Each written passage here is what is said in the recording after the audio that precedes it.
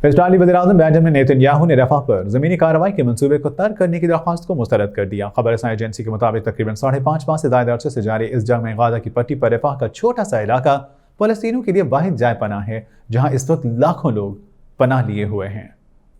Israeli वज़ीर-ए-आज़म Benjamin Netanyahu ने रफ़ा में ज़मीनी कार्रवाई के मंसूबे को तर्क करने की दरख्वास्त को मुस्तरद कर दिया है। खबर-रसां एजेंसी के मुताबिक तकरीबन 5.5 माह से ज़ायद अरसे से जारी इस जंग में गाज़ा की पट्टी पर रफ़ा का छोटा सा इलाका फ़लस्तीनियों के लिए वाहिद जाए पनाह है, जहाँ इस वक्त लाखों लोग पनाह लिए हुए हैं।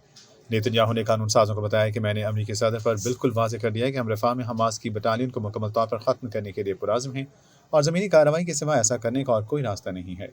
अमरीकी सदर और इसराइली वज़ीर-ए-आज़म की पीर को फ़ोन पर बात की, जिसमें जो बाइडन ने रफ़ा में ज़मीनी कार्रवाई का ऑपरेशन तर्क करने की दरख्वास्त की, लेकिन नेतन्याहू ने इस दरख्वास्त की मज़म्मत करते हुए मुस्तरद कर दिया।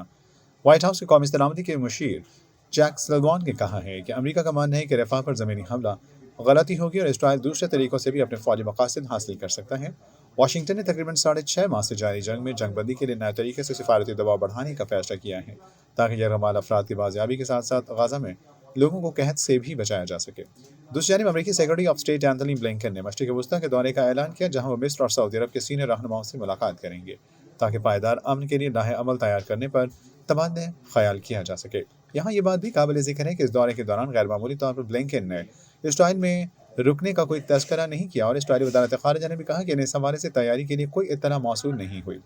रफ़ा में बमबारी से खंडर का मंजर पेश करने वाले इलाके में रहने पर मजबूर हैं, जहाँ गाज़ा के 23 लाख बाशिंदों में से निस्फ से ज़ायद जनूबी सरहद पर नकल मकानी करते हुए इंतहाई कसम पुरसी में ज़िंदगी गुजारने पर मजबूर हैं। गाज़ा के अस्पताल और मुर्दाखाने लाशों से अटे पड़े हैं और अपने प्यारों के गम से निढाल फ़लस्तीनी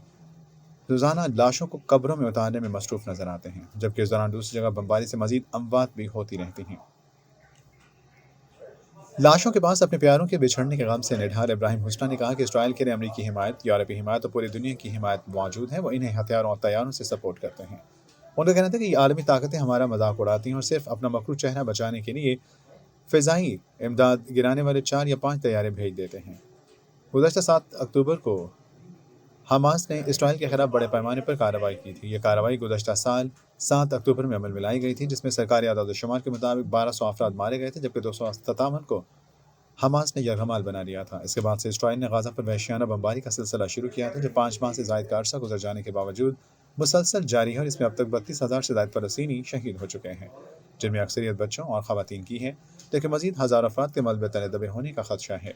बैनुल-अक़वामी सतह पर भूख और कहत की मॉनिटरिंग करने वाली एजेंसी ने पीर के रोज़ कहा कि गाज़ा में खुराक की किल्लत पहले ही कहत की सतह को अबूर कर चुकी है और जंगबंदी न होने की वजह से गाज़ा के बाशिंदे जल्दी कहत के सबब मर जाएंगे। अक़वाम मुत्तहिदा के इंसानी हकूक़ के दफ्तर के तर्जुमान जेरेमी लॉरेंस ने कहा कि गाज़ा में इमदाद के दाखिले पर इसराइल ने मुसलसल पाबंदियाँ आयद की हुई हैं। इसके साथ साथ वो दुश्मनी जारी रखे हुए हैं और भूख को एक जंगी हरबे के तौर पर इस्तेमाल कर रही हैं, जो कि एक जंगी जुर्म है।